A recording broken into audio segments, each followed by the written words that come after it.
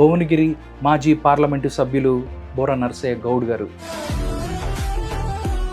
KTR కాళేశ్వరాన్ని KTR family ఒక ATM లాగా వాడుకుంది. ఇప్పుడు రేవంత్ రెడ్డి గారికి మిగిలింది అదొక్కటే, మేకపోతూ గాంభీర్యం. 100 మందిని ఒకేసారి రమ్మని పంపి అనే డైలాగులు కొట్టడం ఇవన్నీ అక్కర్లేదు. 2.5 సంవత్సరాల కాలంలో నిజంగా కాంగ్రెస్ పార్టీ ఏం చేయలేదా? ప్రజలు అడిగేది ఆయన హామీలు. గాంధీ తాత మొలగా బట్టలు ఇప్పేసి దండి మార్చి చేయాల్సిన అవసరం లేదు.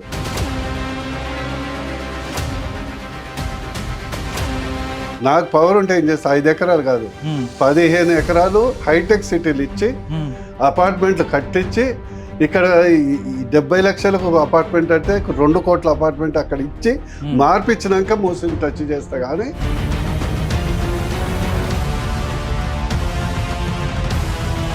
కేటీఆర్ అరెస్ట్ అవుతాడు, ఆయన అరెస్ట్ అవుతాడు, దాంతోపాటు హరీష్ రావుని మేము ఇది చేస్తాం అది చేస్తాం. కేసీఆర్ ఎంపిక కూడా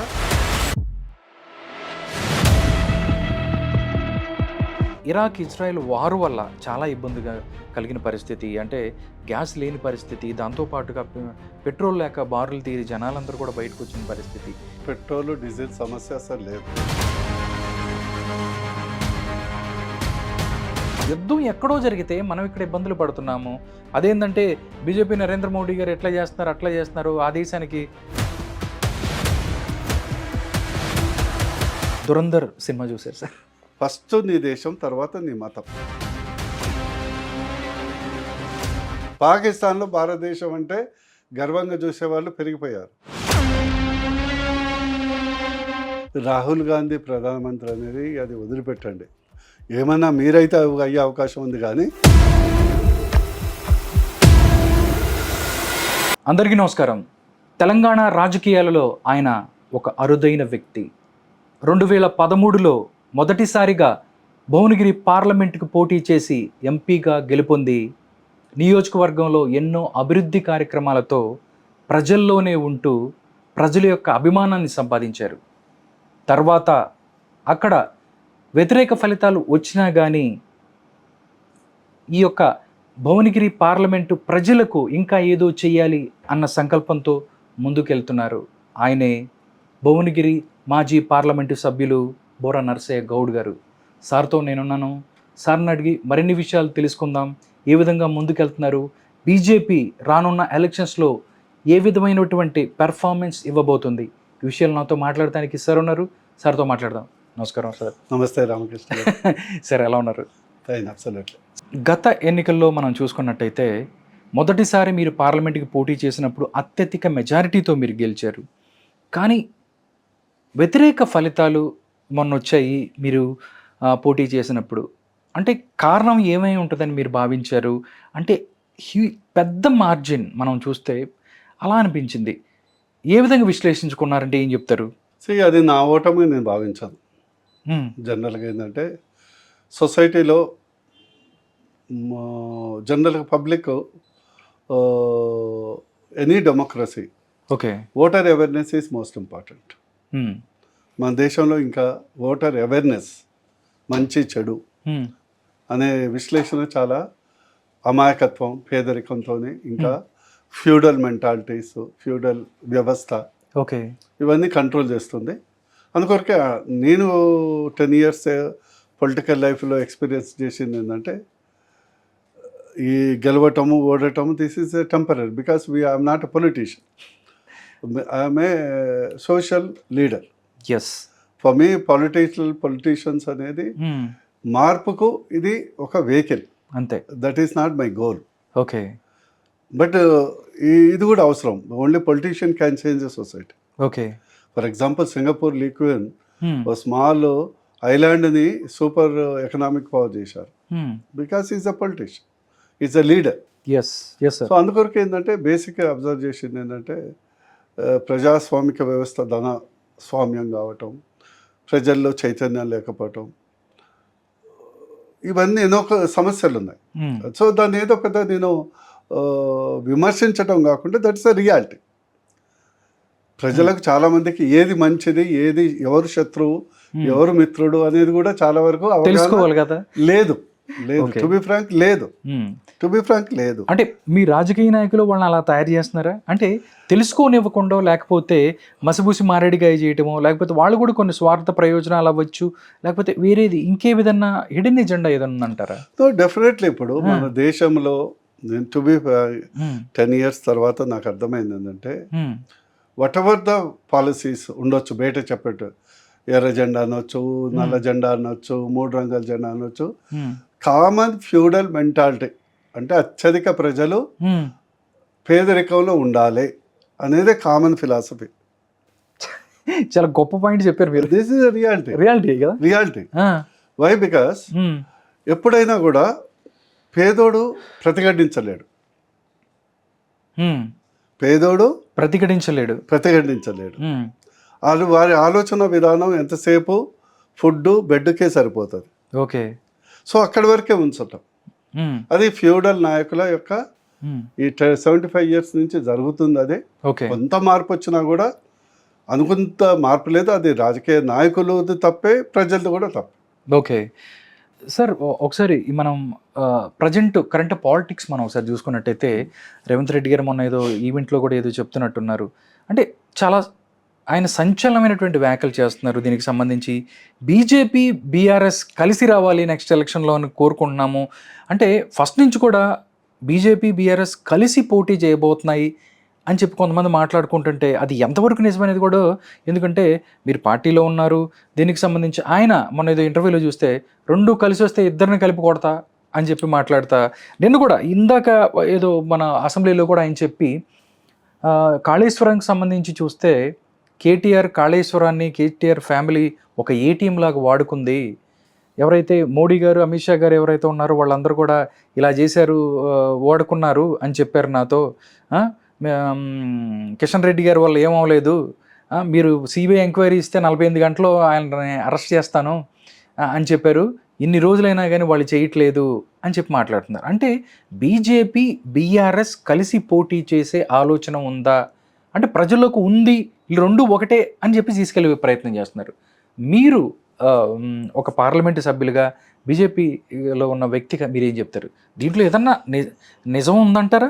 రాధాకృష్ణ గారు, ఇప్పుడు ఎట్లా ఉంటుందంటే, మేకపోతు గాంభీర్యం తెలుగులో సామెత ఉందండి. అందులో ఇప్పుడు పర్ఫెక్ట్ ఇప్పుడు రేవంత్ రెడ్డి గారికి మిగిలింది అదొక్కటే, మేకపోతు గాంభీర్యం. సెకండ్ ఏంటంటే, కాంగ్రెస్ ఓడించడానికి అసలు ఎవరు అక్కర్లే, ప్రజలే చాలు. మళ్ళీ 2 పార్టీలు కూడా కలవాల్సిన అవసరం లేదంటారా? ఏ పార్టీ అవసరం లేదు. కాంగ్రెస్ బొందబెట్టడానికి ఈ రాష్ట్రంలో నెక్స్ట్ ఎలక్షన్ లో ఏ పార్టీ అవసరం లేదు. ఓకే. ఏ పార్టీ గెలవటానికి అన్న దానియే సమస్య. ఇప్పుడు మేము గెలవాలనుకుంటే మేము కష్టపడాలి, ఇంకో పార్టీ గెలవాలంటే ఇంకోళ్ళు కష్టపడాలి. ఓకే. అంతేగాని కాంగ్రెస్ బొందబెట్టడానికి 2 పార్టీలు గెలవటమో, ఒక్కొక్క పార్టీ ఒంటరిగా రావటమో, షేర్ ఖాన్ ఒక్కొక్కరిని కాదు 100 పంపి అదే డైలాగులు కొట్టడం, ఇవన్నీ అక్కర్లేదు. ఇది కేవలం మేకపోతు గాంభీర్యం. ఇవన్నీ మీరు చూస్తున్నారు కదా, 2.5 years ఈయనను అరెస్ట్ చేస్తాను, ఆయనను అరెస్ట్ చేస్తాను, నా చేతి పవర్ కానీ అంత తోడుతాను, అక్రమాలు అవినీతులన్నీ తెర మీద తెస్తాను, జైలు చెంచల్గూడలు జైల్లో వేస్తాను, జన్వాడ ఫామ్ హౌస్ బుల్డోజర్తో భూస్థాపిస్తాం చూచారు కదా.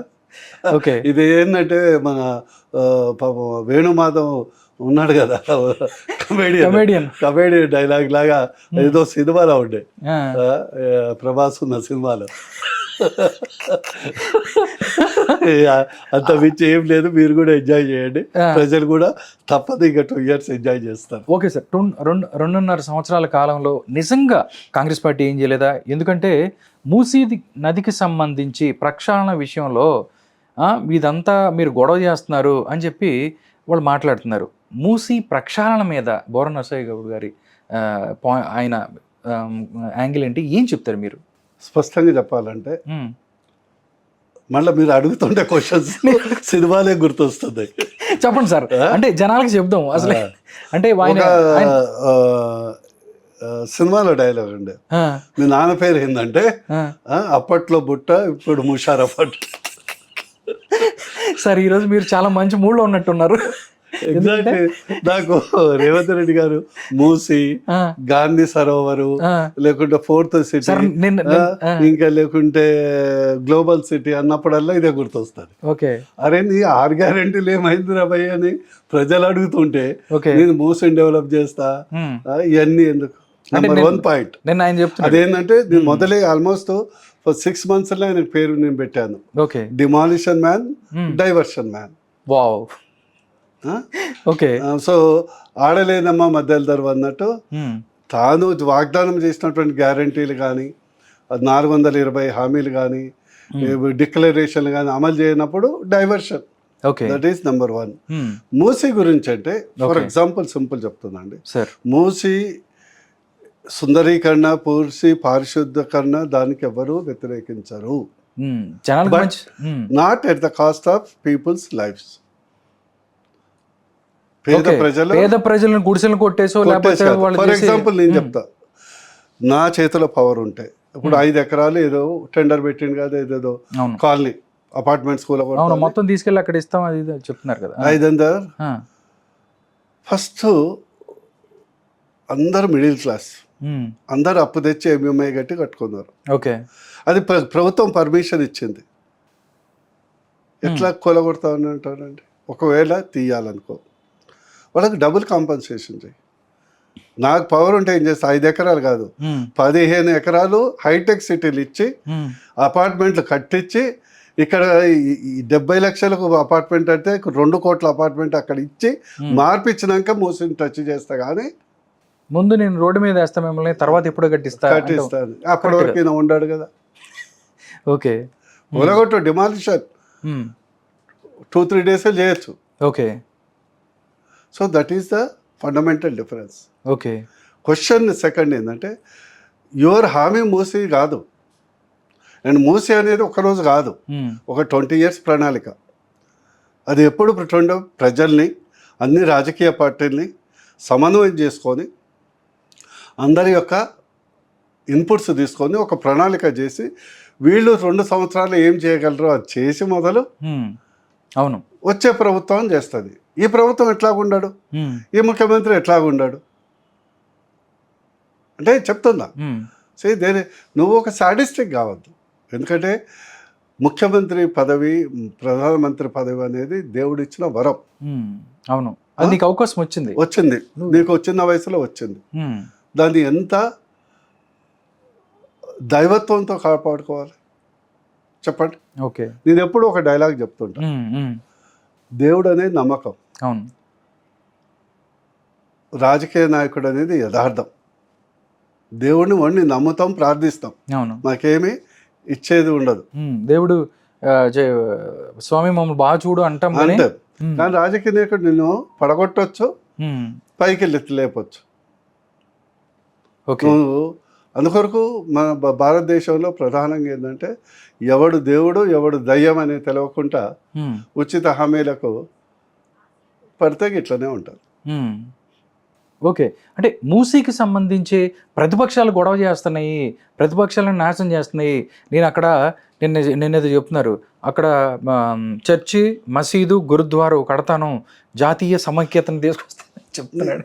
అదే కదా నేను చెప్పేది, అదే ఈ ఎక్స్ట్రా ఎగ్జాక్ట్లీ ఏంటంటే ప్రజలు అడిగేది ఆయన హామీలు. ఓకే నువ్వేదో జాతీయ సామరస్యత కొరకు నువ్వేమన్నా గాంధీ తాత మొలగా బట్టలు ఇప్పేసి దండిమార్ చేయాల్సిన అవసరం లేదు. ఓకే నువ్వు ముఖ్యమంత్రిగా చేసిన బాధ్యత నెరవేర్చు. కనీసం రిటైర్డ్ అయిన ఎంప్లాయీస్కి వాళ్ళ జీతాలు, వాళ్ళ బెనిఫిట్స్ ఇవ్వండి. ఈ సొల్లు కబుర్లన్నీ ఎందుకు? ఆయన చెప్పుడు పర్వాలేదు, మీరు అడుగుడు కూడా పర్వాలేదు, సీరియస్గా తీసుకోది. అంటే ఒక ముఖ్యమంత్రి మన ఏదో అదే ఆయన చెప్పుడు సరే, ఆయన జోకులేసుడు సరే, మీరు రియల్ గా సీరియస్ గా అదేదో మూసింది చేస్తున్నట్లు అంటే కాదండి మీ అభిప్రాయం. 2.5 సంవత్సరాల మూసిని మేము చేయలేదా కాంగ్రెస్ పార్టీ?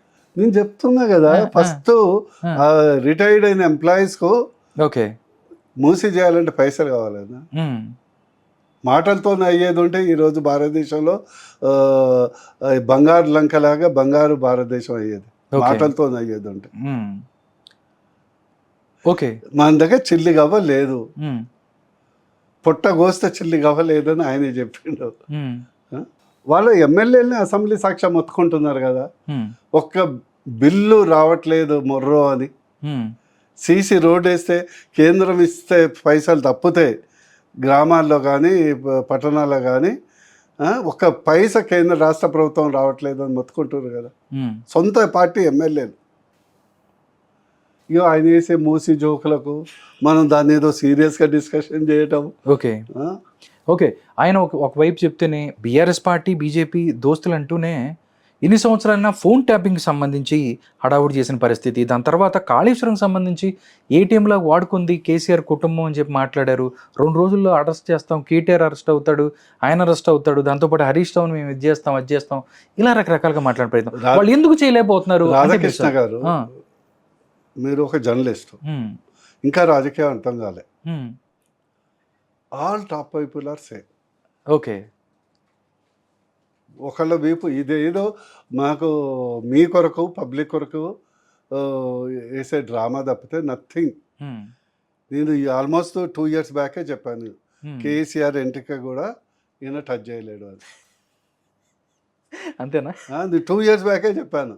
ఇవన్నీ ఉత్తర కుమార ప్రగల్భాలు తప్పితే ఏమన్నా ఉంటే కొద్దిగా ఏదన్నా ఉంటే ఆస్తుల మార్పిడి, ఆస్తుల సంపద మార్పిడి కొరకు చేసే ఉత్తర ప్రగల్భాలు తప్పితే nothing is going to change. అంతే.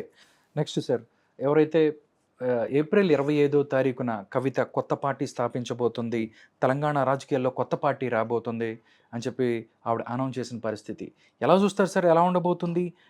ఎందుకంటే మీ కేసీఆర్ గారు మీరు కలిసి చాలా రోజులు పనిచేశారు. ఆ రోజు ఆయన 25వ తారీఖున అంతకుముందు కూడా పార్టీని స్థాపించాడు. అదే డేట్ నేను కూడా రాబోతుందని మాట్లాడుతున్నారు. ఎలాంటి ప్రభావం చూపబోతుంది ఎలక్షన్స్లో? ఎందుకంటే ప్రజల కోసం మిగతా పార్టీలు ఏమి కూడా ప్రజలను పట్టించుకోలేకపోతే నేను వచ్చి మీ అందరికీ మళ్ళీ సినిమా డైలాగులు అంటారా అని ఆవిడ ప్రెస్ మీట్లో చెప్తున్నారు. 25 మామూలుగా ఉండదు అని చెప్తున్నారు. ఏం చెప్తారు సార్? మీరు అడిగినప్పుడల్లా ఒక సినిమా గుర్తొస్తుంది. ఇప్పుడు ఏం గుర్తొచ్చిందో? ఒక సినిమాలో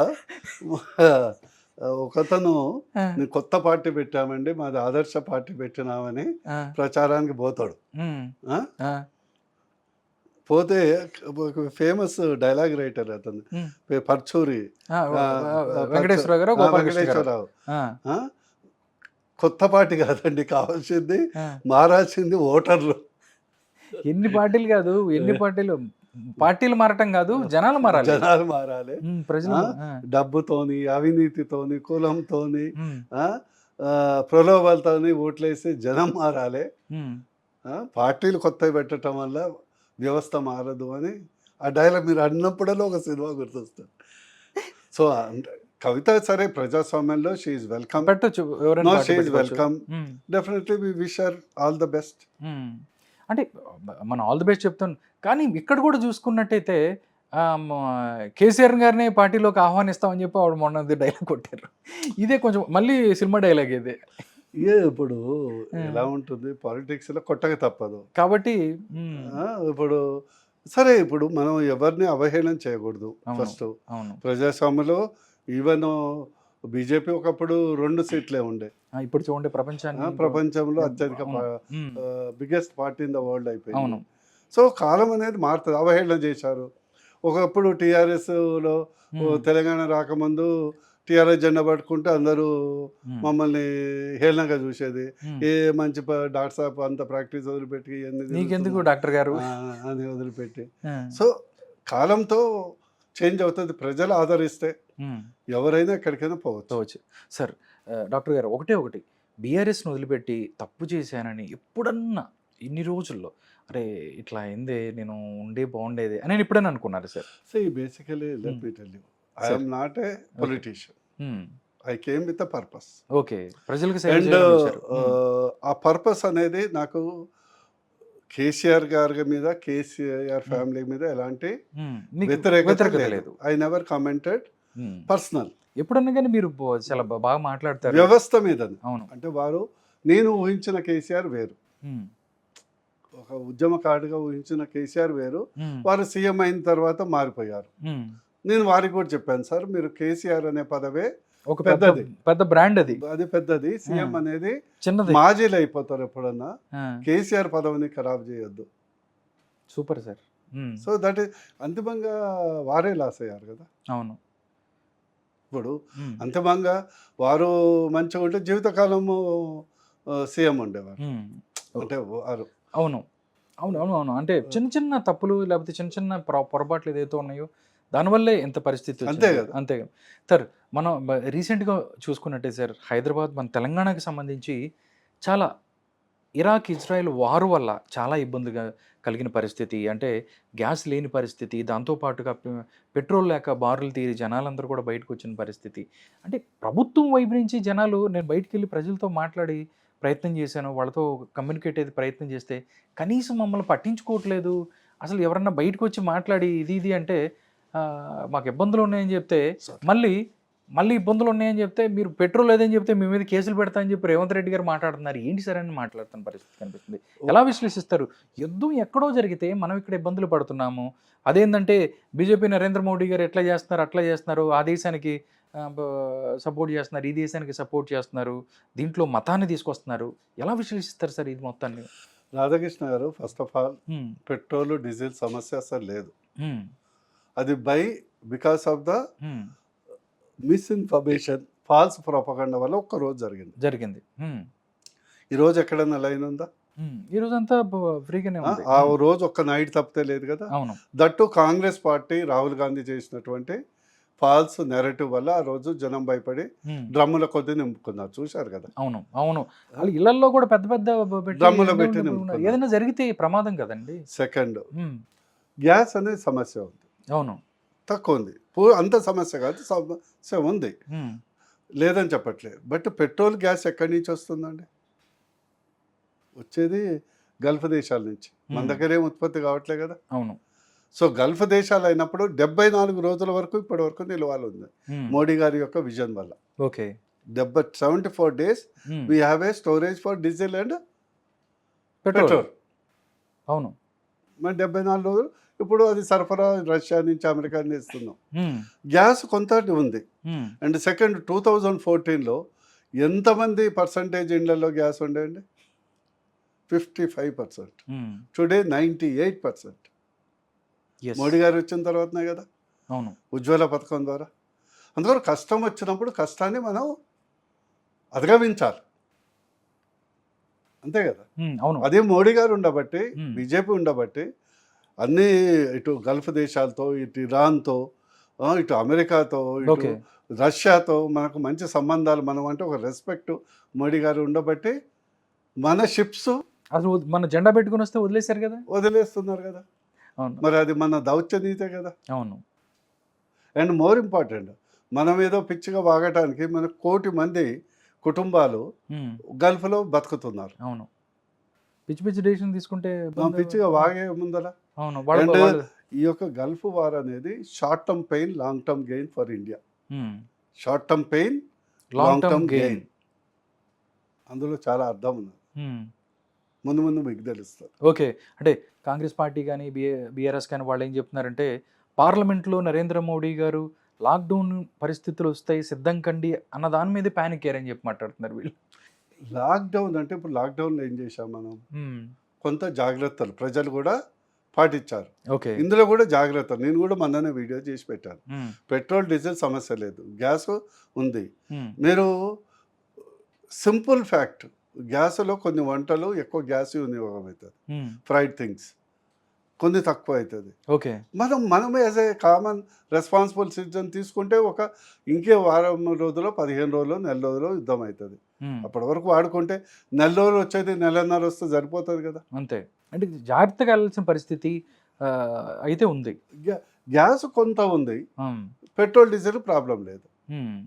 మనం 2014 వరకు మనకు 55% గ్యాస్ స్టవ్లు ఉన్నాయి.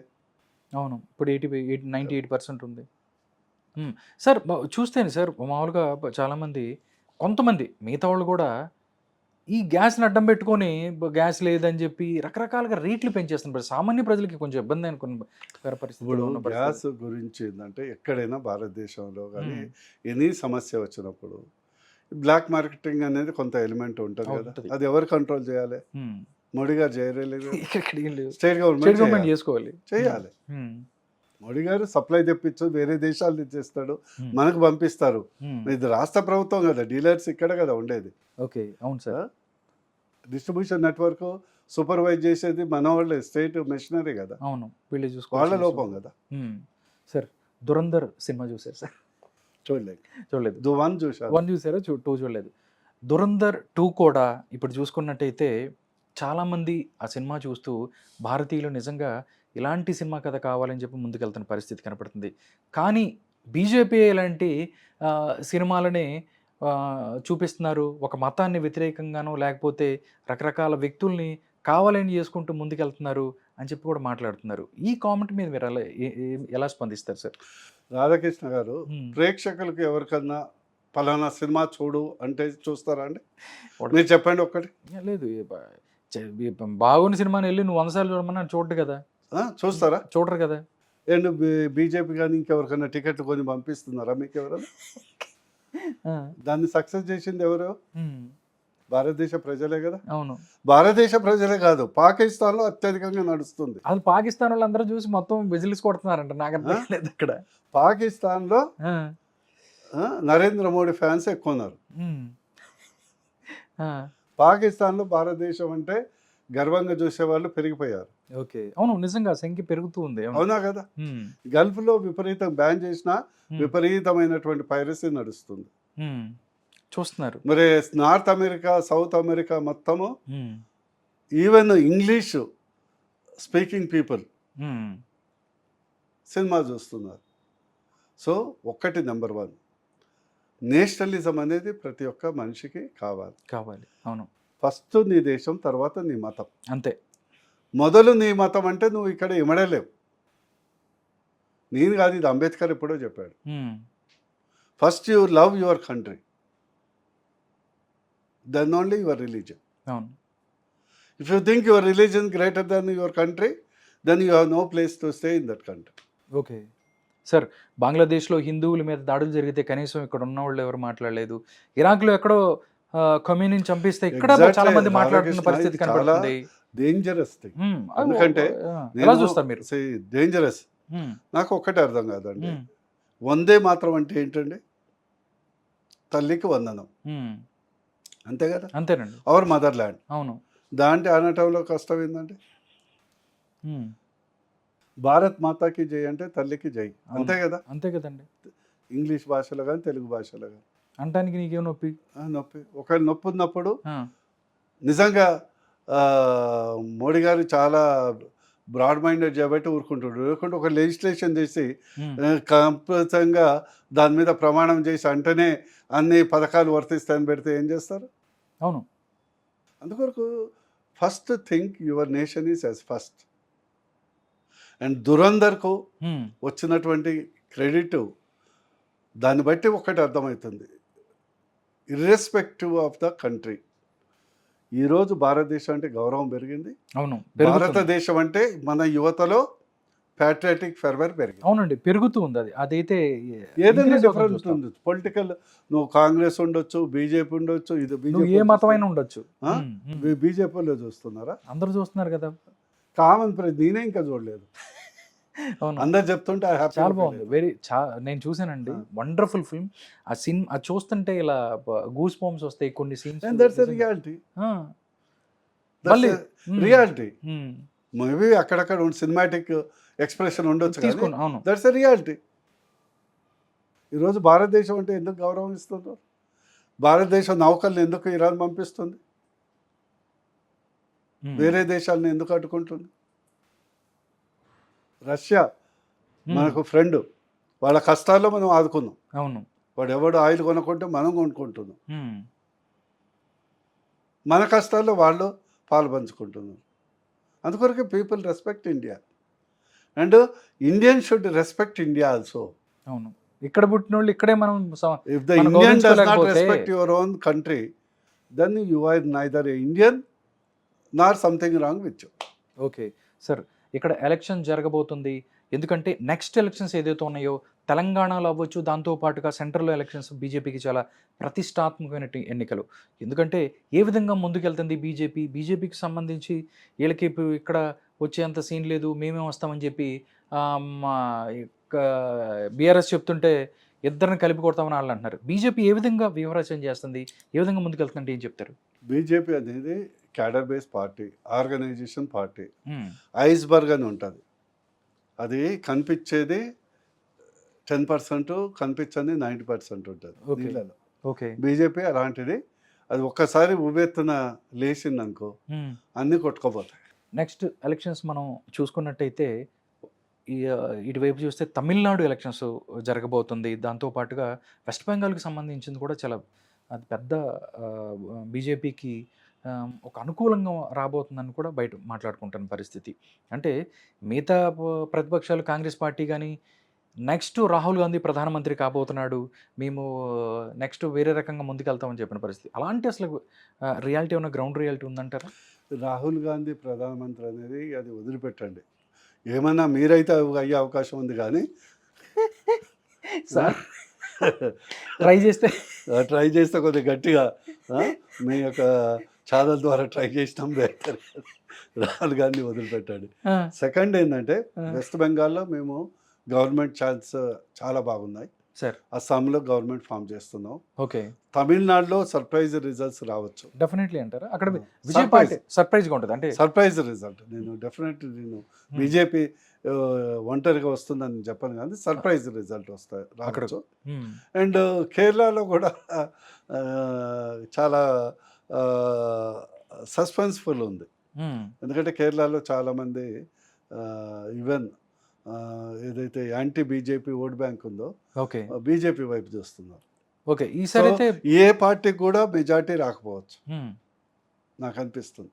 కేరళలో యూడిఎఫ్ కానీ ఎల్డిఎఫ్ కానీ ఏ పార్టీకి సంపూర్ణంగా మెజార్టీ రాకపోవచ్చు అని అనిపిస్తుంది. Okay sir. దీనికి సంబంధించి కార్పొరేషన్ ఎన్నికలు అని మిగతా కానీ మనం చూసుకున్నట్టయితే బీజేపీ చాలా సూపర్గా ఫైట్ చేసింది. ప్రతిసారి కూడా ఢీకొన్న అటువంటి పరిస్థితి ఉంది.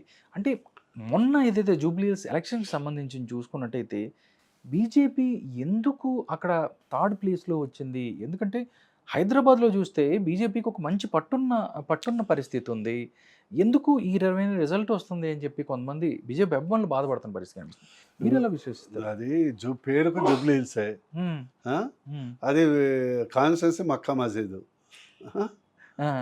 అక్కడ పాపులేషన్ కూడా హిందూ పాపులేషన్ చాలా తక్కువ. ఓకే. మొదటి నుంచి ఎప్పుడు ఏ ఎలక్షన్లో కూడా ఇంక్లూడింగ్ లోక్సభ ఎలక్షన్లో కూడా పర్ఫార్మెన్స్ రాలేదు. సెకండ్ ఏంటంటే జనరల్లీ బై ఎలక్షన్ అధికార పార్టీ ఉన్నప్పుడు ఏంటంటే మీకు అర్ధబలము అంగబలము ఒక ఎమ్మెల్యేతో వీళ్ళు ఏం చేసేది ఉంది కార్డు తీసేస్తాడు, అది పెన్షన్ ఇవ్వడం, ఇవన్నీ ఉంటాయి. దాన్ని కొలమానంగా తీసుకోకండి. ఓకే. ఎందుకంటే లోకల్ బాడీస్ కొలమానము ఖచ్చితంగా కావని ఎందుకు చెప్తున్నా, జగను 90% లోకల్ బాడీస్ గెలిచారు, 95%. ఓకే. తర్వాత అసెంబ్లీలో 11 సీట్లు వచ్చినాయి. ఓకే. మరి గతంలో టీఆర్ఎస్ 85% గెలిచింది, తర్వాత ఓడిపోయింది. సో ఒకటి ఏంటంటే లోకల్ బాడీస్ అనేది ప్రజెంట్ గవర్నమెంట్ ఎవరైతే రన్నింగ్ గవర్నమెంట్ ఉంటుందో దానికి అనుకూలంగా నడుస్తూ ఉంటుంది. But at the same time మేము ఒట్టేనే వస్తామని నేను చెప్పట్లే. చాలా కష్టం, ప్రజలు మాకు అవకాశం ఇవ్వాలని చూస్తున్నారు, అందులో డౌటే లేదు. అవును, అందులో డౌటే లేదు. మేము కష్టపడాలి. ఇక టైం ఉంది కొద్దిగా. ఈ ఎలక్షన్స్ అయిపోయినాక, ఇది మన ఈ 4-5 రాష్ట్రాల ఎలక్షన్స్ అయిపోయినాక మా యొక్క కార్యాచరణ స్టార్ట్ అవుతుంది. అంటే ఏ చోట్ల బీజేపీ స్ట్రాంగ్ అవ్వాలి? ఎందుకంటే క్యాడర్ ఉంది సార్. అంటే నిర్మల్ అవ్వచ్చు, మిగతా ఓటర్స్ ఉన్నారండి. ఓటర్స్ ఉన్నారు, మాకు ఓటర్స్ ఉన్నారు. మీరు ఓటు బ్యాంకు మార్చుకోవాలంతే. క్యాడర్ ఉంది, ప్రజలకు ఒక నమ్మకం కల్పించాలి అంతే. ఓకే. ఇట్ మే టేక్ 1 వీక్లో చేయొచ్చు, 1 మంత్లో చేయొచ్చు, 6 నెలల్లో చేయొచ్చు. ఆ నమ్మకం కల్పిస్తే వేసేస్తాం అంతే. ఈసారి బీజేపీకి ఇద్దాంరా భయ్, పర్వాలేదు, లెట్ us గివ్ ఛాన్స్ అనే నమ్మకం మమ్మల్ని మేము నమ్మకం ప్రజలకు చూపెట్టాలి అంతే. భువనగిరి పార్లమెంటరీ సంబంధించి చూస్తే అక్కడ అక్కడ ఎవరైతే ప్రజలు ఇప్పుడు కూడా మీతో మాట్లాడుతున్న పరిస్థితి కనపడుతుంది. ఏంటి సార్? ఇప్పుడు నేను చేసిన పనులే ఇప్పుడు ఏమన్నా లక్షలాది కొత్తగా వచ్చిన ఎంపీ గారు ఏమన్నా చేశారా? ఏమన్నా ఎవరు చెప్తారా? పాత అయినా ఏదో చేసిందే. ఇప్పుడు నేను తెచ్చిన ఎయిమ్సే హ్మ్. ప్రజలు ఉపయోగిస్తున్నారు. ఓకే. నేను తెచ్చిన కేంద్రీయ విద్యాలయ పిల్లలు చదువుకుంటున్నారు. హ్మ్. నేను తెచ్చినప్పుడు జాతీయ రహదారులే హ్మ్. ఇప్పుడు నడుస్తున్నాయి. హ్మ్. ఇక కొత్తగా వచ్చింది నేను శాంక్షన్ చేసిన ఎంఎంటీఎస్ఏ హ్మ్. కార్యాచరణ మొదలైంది. హ్మ్. నేనున్నప్పుడు భువనగిరి కోటకు అప్పుడు స్టేట్ గవర్నమెంట్ రెస్పాండ్ కాక పెండింగ్ ఉంటే అది ఇప్పుడు ఓకే. టెండర్ పిలిచారు. హ్మ్. అంతే, ఇక కొత్తవి వచ్చింది నథింగ్. అంతే ఇంకా కొత్తగా అయితే సార్, ఎందుకంటే నెక్స్ట్ ఎలక్షన్స్ అవ్వచ్చు, డెఫినెట్లీ పార్లమెంట్కి వెళ్తారా?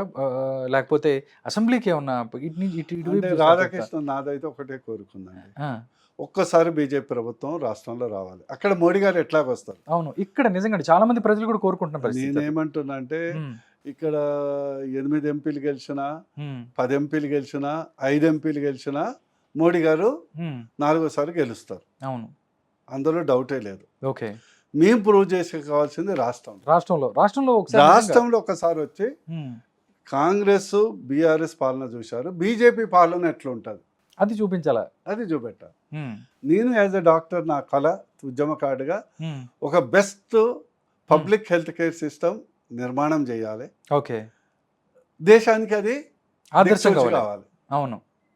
నాకు ఎప్పటి నుంచో ఉద్యమకారుడినప్పటి నుంచి నాకు ప్రణాళిక వేసుకొని పెట్టుకున్నా. ఓకే. ఆ, ఒక బెస్ట్ పబ్లిక్ హెల్త్ కేర్ బయట అది కోర్స్ ఎయిమ్స్ ద్వారా నేను కొంత సాధించాను. హ్మ్. బట్ రాష్ట్రం మొత్తం సాధించాలంటే ఓకే. రాష్ట్ర ప్రభుత్వం రావాలి. రాష్ట్ర ప్రభుత్వం వస్తే నిజంగా ఆ దిశగా ముందుకెళ్తారంటారు. ఆ దిశగా ఖచ్చితంగా వెళ్తాం. హ్మ్. ఒక్కసారి బీజేపీ ప్రభుత్వం వస్తే హ్మ్. ఇక తర్వాత వేరే ప్రభుత్వాలు రావటం చాలా కష్టం. ఓకే.